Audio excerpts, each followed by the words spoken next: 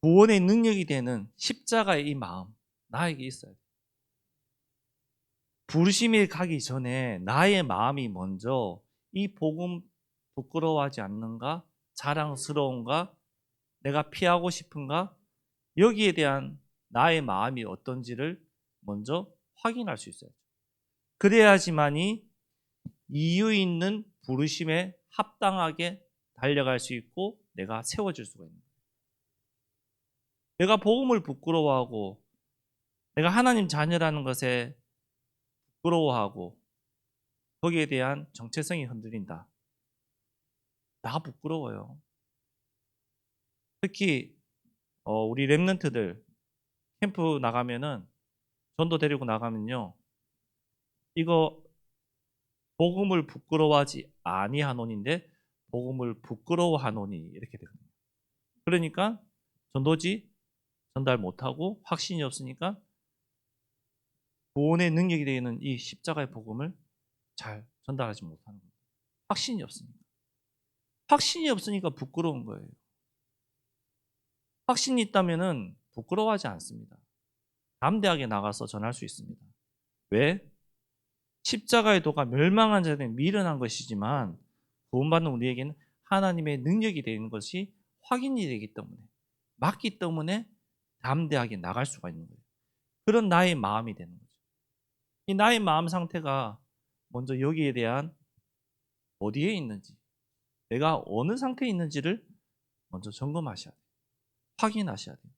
그리고 난 다음에 오늘 본문을 보시면은 조금 더 하나님의 부르심에 내가 합당하게 달려갈 수가 있겠구나. 결론 낼 수가 있는 것입니다. 여기에 결론 낸 상태에서 확인된 상태에서 이제 부르심이라는 이 단어를 생각하고 내가 응답받을 수가 있는 거예요. 자, 어디서 부르셨죠?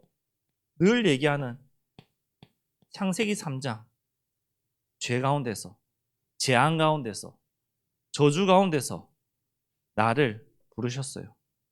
요한복음 11장 43절 뭐죠? 나사로 무덤이에요. 나사로만 딱 선택했어요. 공동묘지 가운데에 싹 다 나오라 했으면 다 나왔을 건데 나사로야 나오라 했거든요. 나사로만 선택하신 거예요. 하나님이 나만 선택해서 부르셨어요. 우리 가정에서 나를 먼저 선택해서 부르셨고 또 나를 먼저 복음을 깨닫게 하셨고 나를 통해서 복음이 증거되기를 원하세요.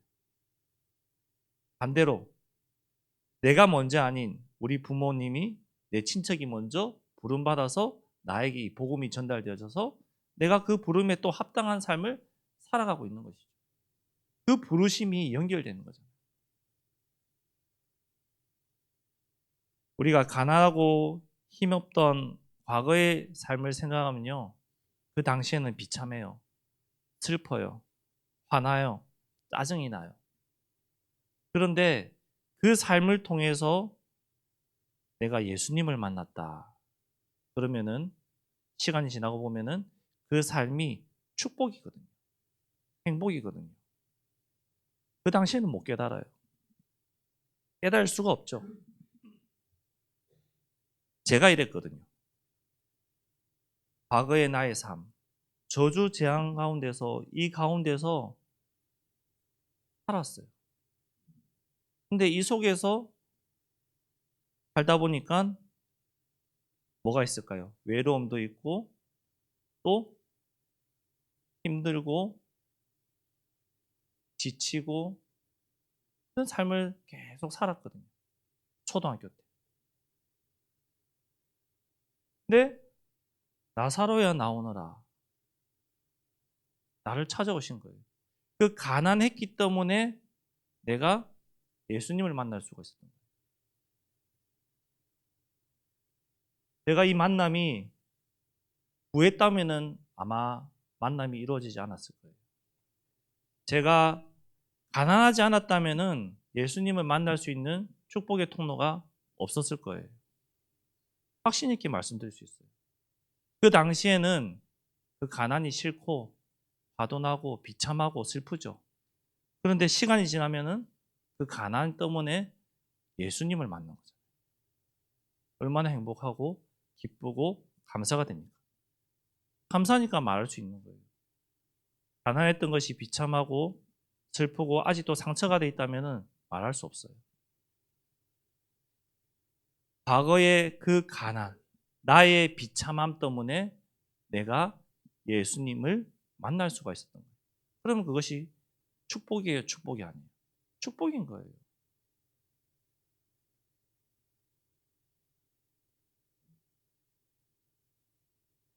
이 축복 속에 있는 나, 어떻게 됐을까요? 다 이루셨어요. 다 끝내셨어요. 자, 자꾸 제 얘기를 해서 죄송한데요. 제가 증인이니까 말할 수밖에 없으니까. 초등학교 때 가난하고 초등학교 때 비참했던 그 생활 속에서 전도자를 만났거든요. 그 생활 속에서 전도자를 만났는데 예수 믿었는데 그 당시에는 다 끝났다는데 끝났나요? 아니요, 안 끝났어요. 내 삶은 그대로 비참해요. 일해야 돼요. 허덕여야 돼요. 겨우겨우 먹고 살아요. 초등학생이 뭘 아냐? 아니요, 저는 알았어요. 그 당시에. 근데 다 끝내셨대요. 내 인생은 그대로인데 뭐가 다 끝났단 말이지? 시간이 지나고 나니까 정말 다 끝난 게 맞아요. 왜?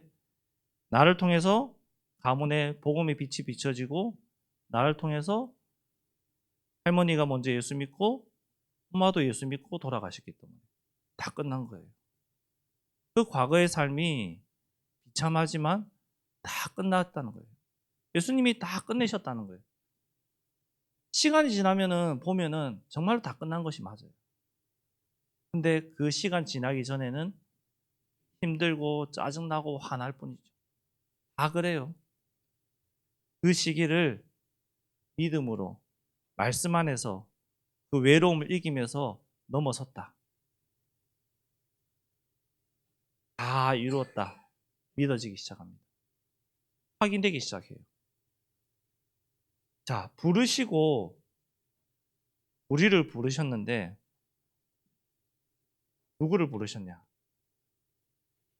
주님이 원하는 자만 부르셨어요. 예수님이 여러 가지 기적과 표적을 행하셨을 때 정말로 많은 무리가 따라다녔거든요. 그렇잖아요? 그 가운데서 예수님이 12 제자만 선택해서 부르셨어요. 원하는 자를 부르셨어요. 그리고 권능을 주셨어요. 힘을 주셨어요. 우리 가정에서 나를 먼저 부르셨어요. 나를 먼저 선택하셨어요. 그 가운데서 예수 만나게 하시고 복음 깨닫게 하시고 한 명씩 한 명씩 구원해 가셨거든요. 가정을 변화시켰어요. 가정을 복음화해 가셨어요. 원하는 자를 먼저 부르신단 말이에요. 주님이 저와 여러분을 먼저 원했기 때문에 부르시고 이 사명을 주신 거예요. 그러면서 이제는 내 힘이 아닌 세워가시겠댔어요. 세워가세요, 우리를. 오늘 본문 11절에 내가 이 복음을 위하여 선포자와 사도와 교사로 세우심을 입었다. 복음을 위해서 세워가시는 거예요. 비슷한 말씀인데요. 요한복음 15장 16절에 보니까요. 택하여 세우셨댔어요. 너희가 나를 택한 것이 아니라 내가 너희를 택하여 세웠댔어요. 그리고 가서 열매 맺게 하고 후반절에 뭐라고 되어 있냐면요. 내 이름으로 아버지께 무엇을 구하든지 다 받게 한다 했어요. 내가 주님을 택한 것이 아니라 주님이 나를 선택하신 거예요. 그리고 선택하셨기 때문에 세워 가시는 거예요.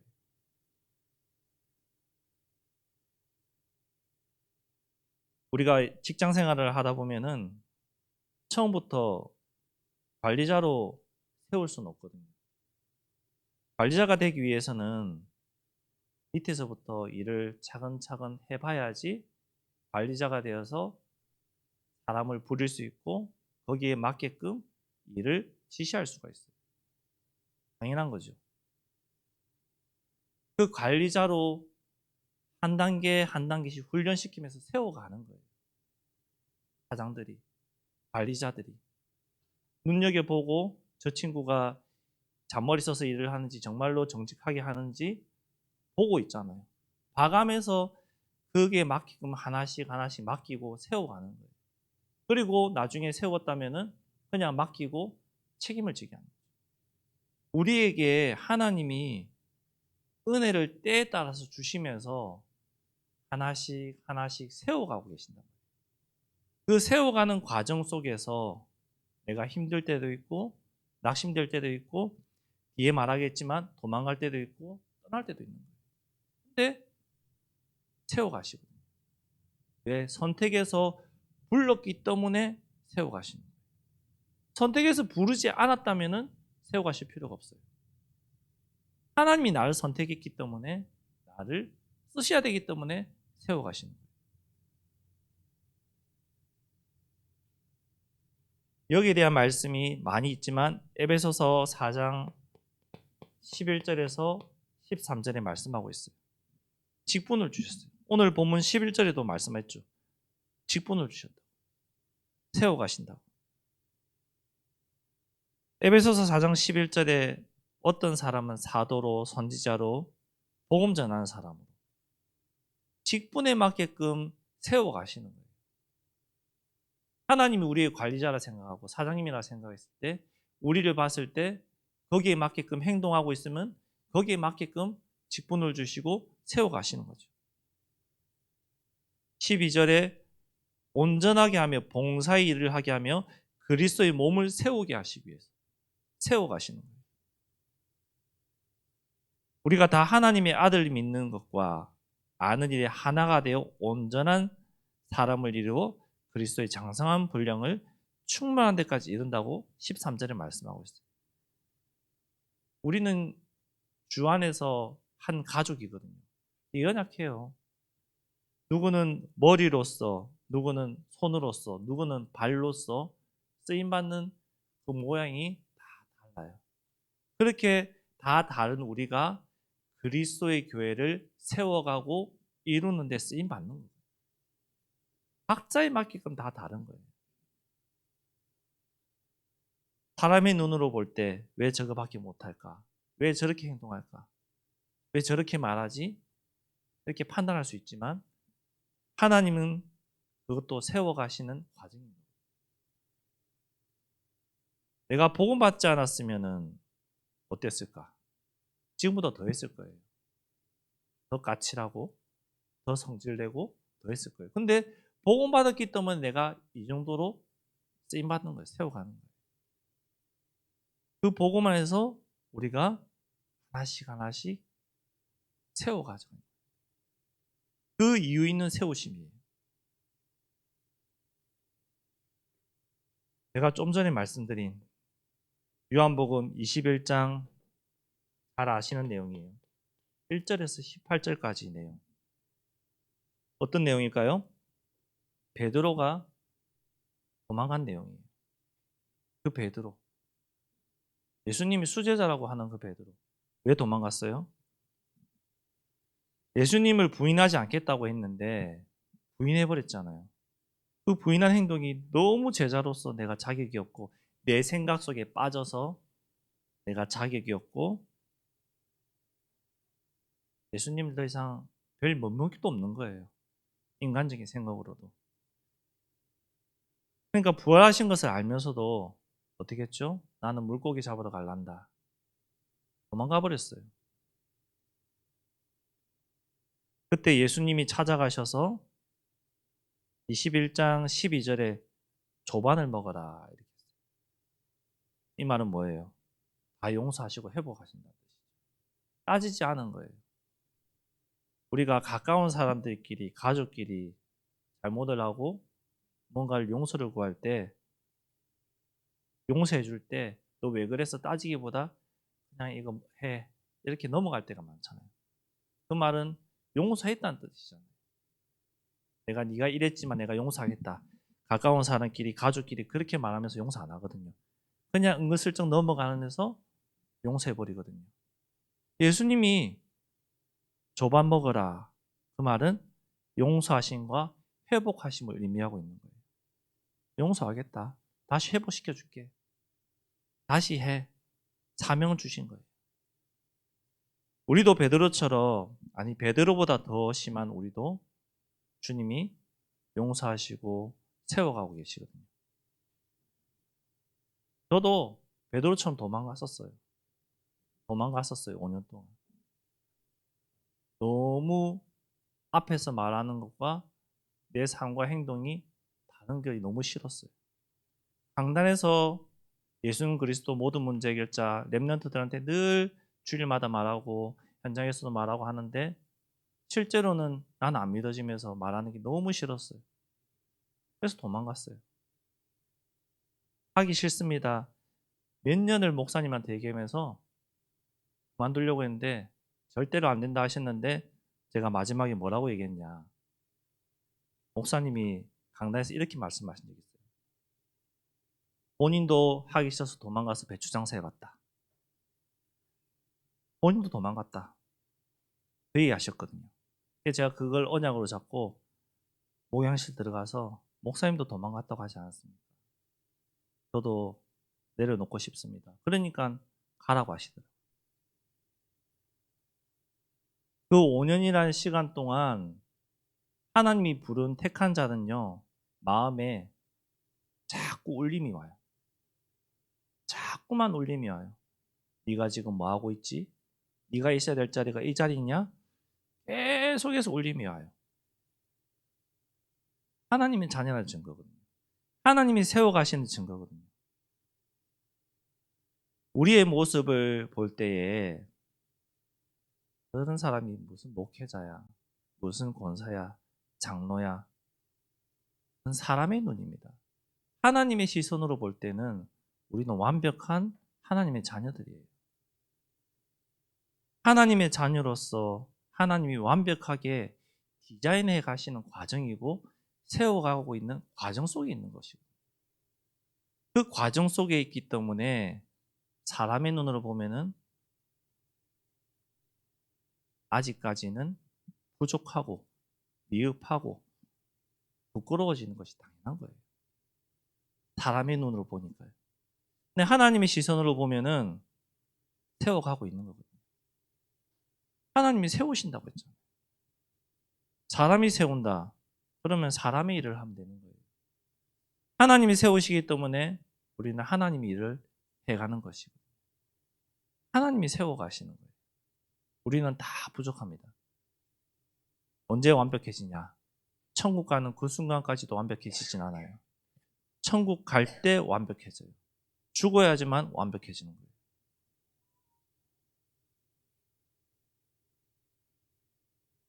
그러면 우리가 행동할 것이 뭐냐?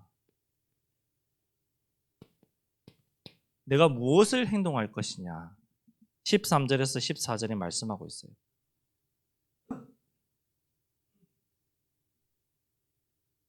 그리스도 예수 안에 있는 믿음과 사랑으로서 내게 들은 바 바른 말을 본받아 지키고 우리 안에 거하시는 성령으로 말미암아 내게 부탁한 아름다운 것을 지켜라.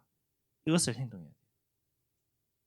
조금 더 풀어서 말씀드리면은 뭐죠? 말씀이거든요. 사람의 말이 아닌 하나님의 말씀. 즉, 이 복음이 나의 기준이 되어서 내가 행동해야 돼요. 하나님의 말씀이 나에게 기준이 되고 잣대가 되어서 행동할 수 있어요.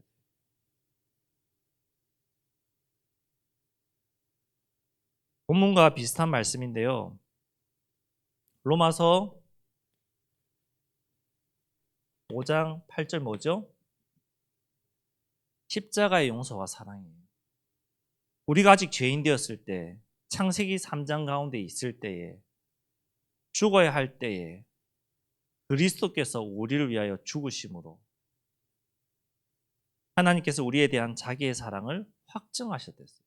그리스도의 죽음이 없었다면은 하나님의 사랑이 확증되지 않았다는 거죠.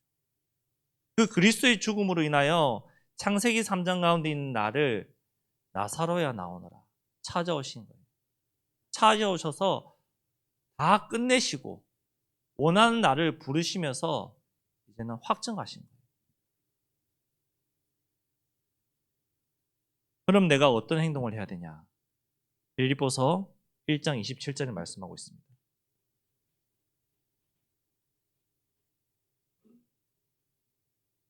복음에 합당한 행동을 하는 거예요.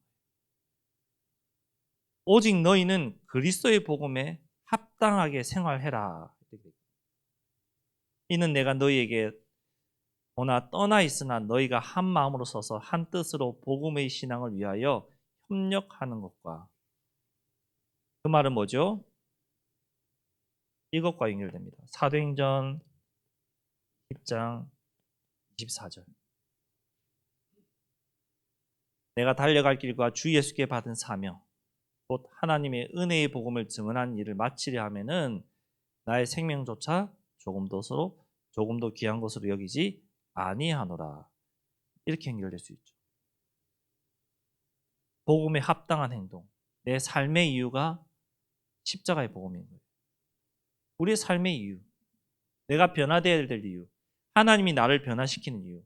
하나님이 나를 갖고 가시는 이유. 바로 십자가의 복음이죠. 이 사명 때문에 나를 변화시켜가는 거예요. 하나님이 예배 드릴 수 있도록 우리에게 은혜 주신 이 이유거든요. 우리가 예배 자리에 나오기 힘들 때 많거든요. 저도 사회생활 해봐서 얼마나 힘들 때가 많은지 알고 있습니다.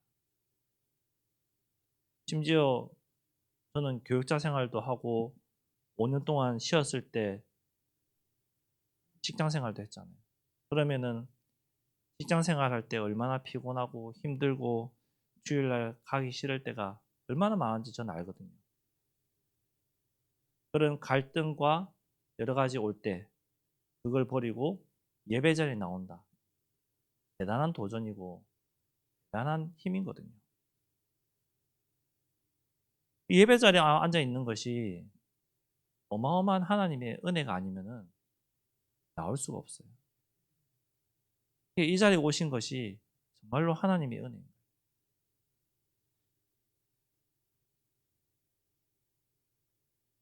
밤늦게까지 일하고 주일날 아침에 일어나서 교회 가야 되는데 얼마나 피곤한데, 그렇죠?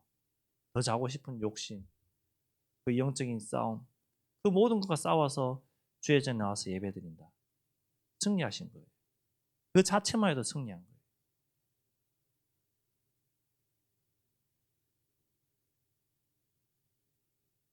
우리가 하나님을 향한 나의 마음이 복음을 부끄러워한다. 기쁨으로 여기지 않는다. 그럼 나를 부르신 이유와 세워가시는 이유를 발견하지 못합니다. 세워가고 있는데도 발견하지 못해요. 하지만 하나님이 나를 부르신 이유를 발견한다. 깨닫는다. 그럼 나를 세워가시는 이유를 알게 됩니다. 확인하게 됩니다. 그래서 이유를 붙였어요. 이유 있는 부르심이거든요. 이유가 있어서 우리를 택하셨거든요. 이유가 있으셔서 부르시고 세워가시는 거거든요. 그 이유 있는 부르심, 그 이유 있는 부르심에 우리가 결론적으로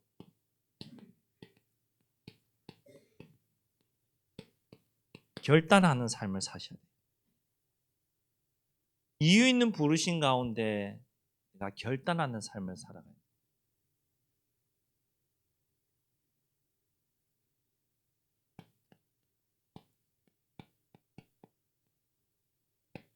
부르신 이유를 알고 그러면은 뭐 하겠죠?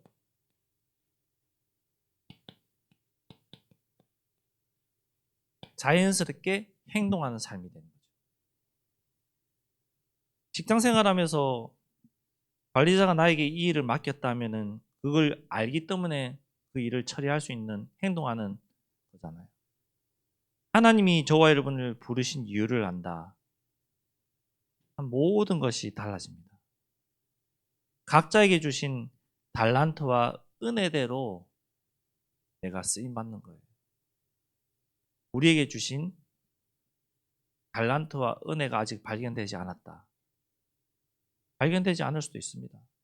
그렇다고 해서 나는 부르지 않았느냐? 아니요. 세워가시는 과정 속에 있는 거예요.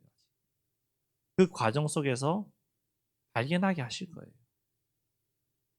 그 발견하게 하실 때까지 그냥 날마다 이거 하시면 돼요.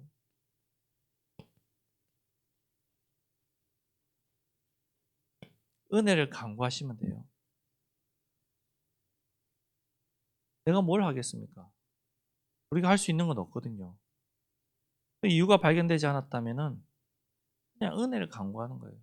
오늘도 랩런트 만나면서 얘기했어요.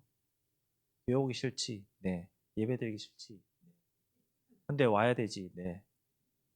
억지로 오거든요, 솔직히. 솔직히 네 하는 게 얼마나 좋아요.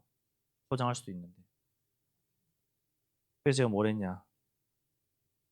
그 마음을 그대로 가지고 하나님 앞에 따져봐.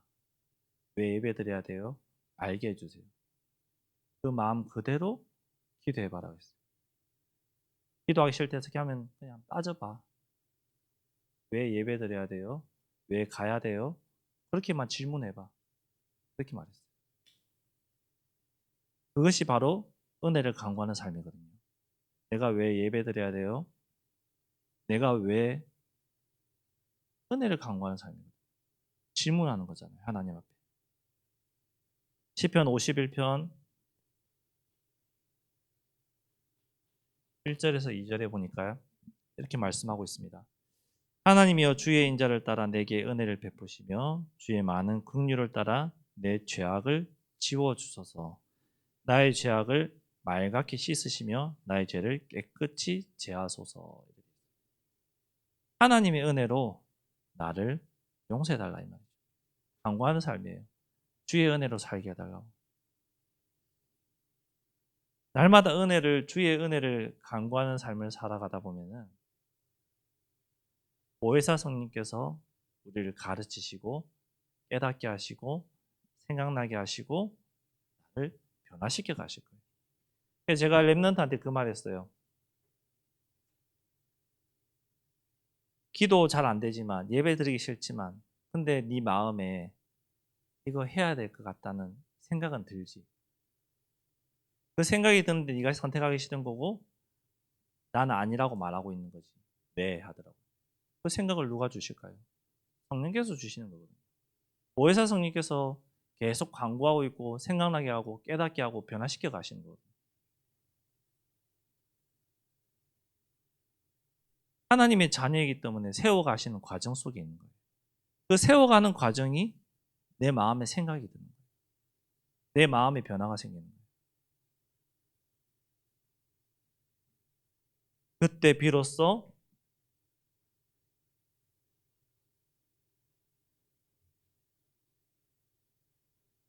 헛되지 않는 삶을 살아가는 거죠. 고린도 전서 15장 10절 잘 아는 말씀입니다. 내가 나된 것은 하나님의 은혜로 된 것다워 내게 주신 그의 은혜가 헛되지 아니하며 내가 모든 사도보다 더 많이 수고하였으나 내가 한 것이 아니요 오직 나와 함께 하신 하나님의 은혜라고. 내가 한 것 같지만 내가 한 것이 아니래요. 하나님의 은혜래요. 이 헛되지 않는 삶이 뭐냐? 로마서 14장 17절에서 18절 바로 하나님을 기쁘게 하는 삶이에요.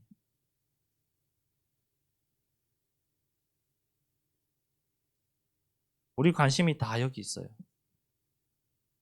반대로 돼 있죠. 말씀에는 하나님의 나라는 먹는 것과 마시는 것이 아니요 오직 성령 안에 있는 의와 평강과 희락이라는데, 근데 우리는 육신을 가졌기 때문에 먹는 것과 마시는 것과 내가 잘 되는 것에 관심이 가장 많죠.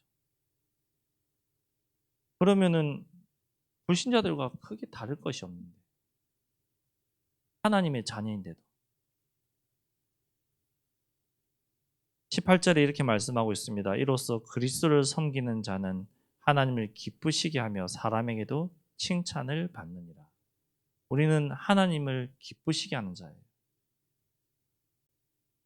육신을 가졌기 때문에 살아가다 보면은 17절에 반대되는 행동, 먹는 것, 마시는 것, 입는 것, 여기에 관심 가지고 이것을 위해서 살아갈 수도 있어요. 그럴 수밖에 없거든요. 육신을 가졌기 때문에. 그런데도 날마다 은혜를 구하고 하나님의 은혜가 임하는 우리의 삶은 하나님을 기쁘게 하고 사람에게도 칭찬받는 멋진 자가 되는 거예요. 그것이 바로 하나님이 저와 여러분을 부르시고 세워가는 과정 속에 있는 것이죠.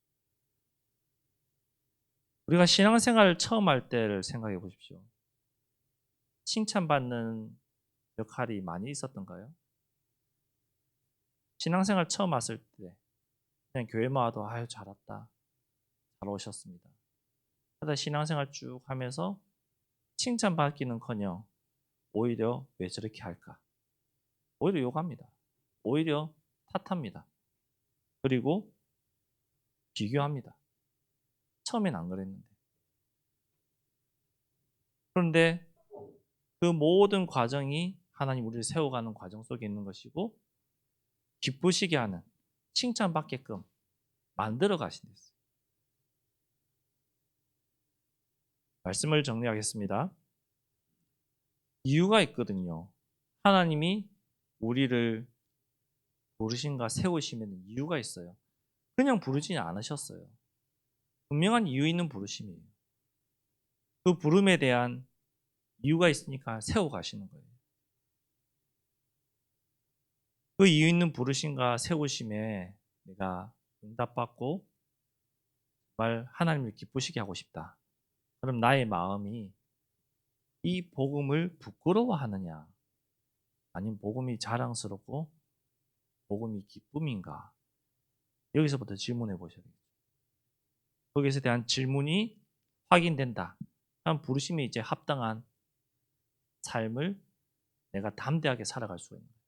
나아갈 수가 있는 거예요. 여기에 대한 부르심의 질문의 답이 나지 않았다. 그러면은 아직까지는 세워가는 과정 속에 있기 때문에 낙심될 때도 있고 흔들릴 때도 있는 거예요. 여기에 대한 확실한 답이 났다. 결단이 났다. 그럼 부르심에 대한 이유를 알았으니까 나를 점점점 세워가시고 사용하시는 거예요. 당연한 거예요. 일을 하는 데 있어서 사장님이 나한테 일을 맡길 때 거기에 합당할 수 있는 사람에게 맡기지, 합당하지 못한 사람이 맡기면 큰일 나거든요. 그 일을 하는 데 있어서 한 사람이 할 수 있는지 10명이 할 수 있는지 관리자가 보고 판단해서 10명이 할 수 있는데 5명을 넣어놓고 해결해라. 그러면은 안 되는 것이 당연한 거잖아요. 하나님이 나를 부르시고 힘주시고 세워가시는 그 과정 속에서 내가 그걸 합당하게 행할 수 있을 때 나에게 그 일을 맡기시고 은혜 주신단 말이에요. 그래서 왜 나한테는 이렇게 안 하세요? 그렇게 할 필요가 없다는 거죠. 때에 따라서 맞게끔 하나님이 우리에게 은혜를 주시고 또 응답을 주시는 겁니다. 그래서 저와 여러분이 이제는 결단하는 삶을 사시기 바랍니다. 그 부르심의 이유를 발견하고 결단해서 믿음으로 도전해서 나가는 삶. 그 응답으로 날마다 간구하여 하나님 앞에 영광 돌리는 그런 멋진 전도자들, 하나님 자녀들 되기를 그리스도의 이름으로 축복합니다. 기도하겠습니다. 하나님 감사합니다. 분명한 이유 있는 부르심에 세워가심에 합당한 삶을 살아가는 하나님의 자녀들 되게 역사하여 주옵소서.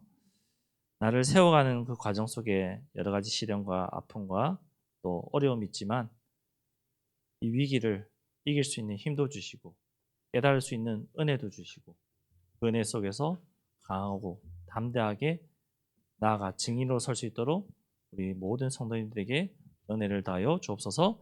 예수 그리스도 이름으로 기도드렸습니다. 아멘.